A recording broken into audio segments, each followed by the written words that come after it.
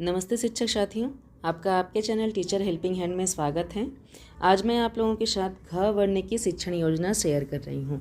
तो सबसे पहले मैं अपने शिक्षक साथियों को यह बताना चाहूँगी कि जो भी हमारे शिक्षक साथी कक्षा 1 से 5 तक के लिए पढ़ाते हैं, सभी के लिए ये है, क्योंकि ये शिक्षण योजनाएँ हैं। क्योंकि अब हम लोगों को कक्षा 4 और 5 में भी बच्चों को 2 स्तर पर बांटकर पढ़ाना है, बेसिक और एडवांस। जो हमारा FLN प्रशिक्षण हुआ है उसके अंतर्गत हमें कक्षा 4 और 5 में पढ़ने वाले बच्चों को भी हमें उपचारात्मक शिक्षण के जैसे ही बेसिक और एडवांस में बच्चों को बांट करके पढ़ाना है। तो जो हमारे बच्चे बेसिक के हैं उनके लिए हमें अलग से शिक्षण योजनाएं तैयार करनी पड़ेंगी, जो वर्णों पर आधारित होगी।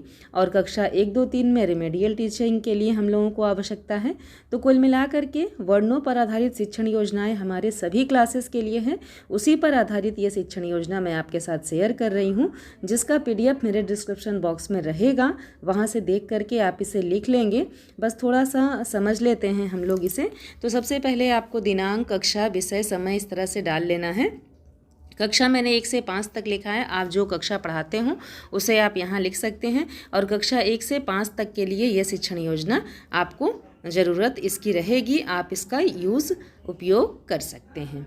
तो पहला पॉइंट है लर्निंग आउटकम का। तो बच्चे घ वर्ण की ध्वनि व प्रतीक से परिचित हैं। दूसरा है बच्चे घ वर्ण से शुरू होने वाले शब्द बताते व पढ़ते हैं। फिर दूसरे पॉइंट में हमारा प्रकरण है घ वर्ण की पहचान। तीसरा पॉइंट है सीखने सिखाने की प्रक्रिया, गतिविधियाँ।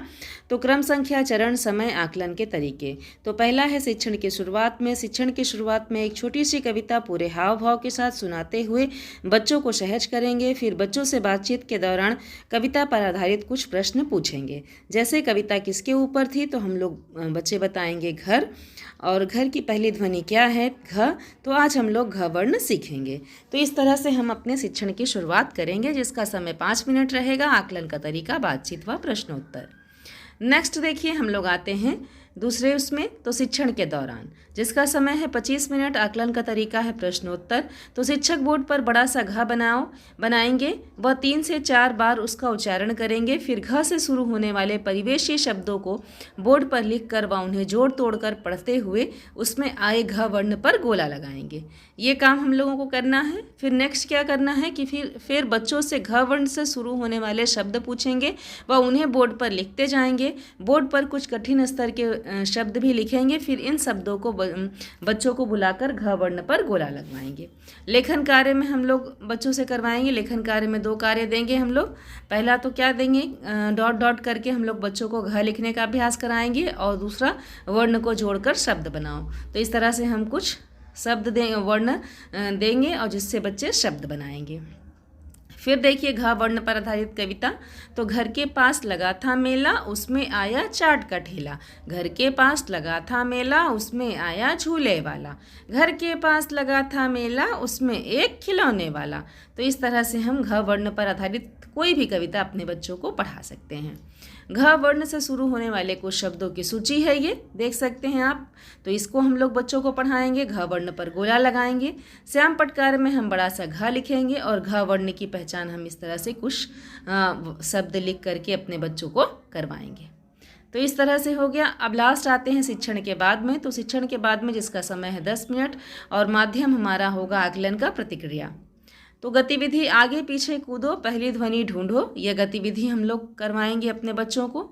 दूसरा है सरल वाक्य पढ़ना व पढ़वाना, जैसे नमन घर चल, खाना खा, गाना गा, नाटक मत कर।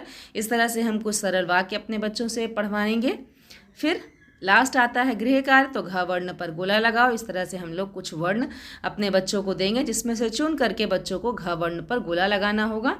फिर सबसे लास्ट पॉइंट है आगामी शिक्षण योजना। तो शिक्षण के पश्चात आकलन में उभर कर आई कमजोरियों को ध्यान में रखते हुए आगे की योजना बनाएंगे। तो इस तरह से घ वर्ण पर आधारित ये शिक्षण योजना मैंने आप लोगों के साथ शेयर किया, जो कि कक्षा 1 से 5 तक के लिए है ये शिक्षण योजना। आप इसे अपने स्तर से समझकर अपने बच्चों के अनुसार से थोड़ा बहुत फेरबदल भी करके बना सकते हैं। तो इस तरह से शिक्षण योजनाएं आप बना करके तैयार रखें। किसी भी कन्फ्यूज़न के लिए कमेंट सेक्शन में लिखें। धन्यवाद।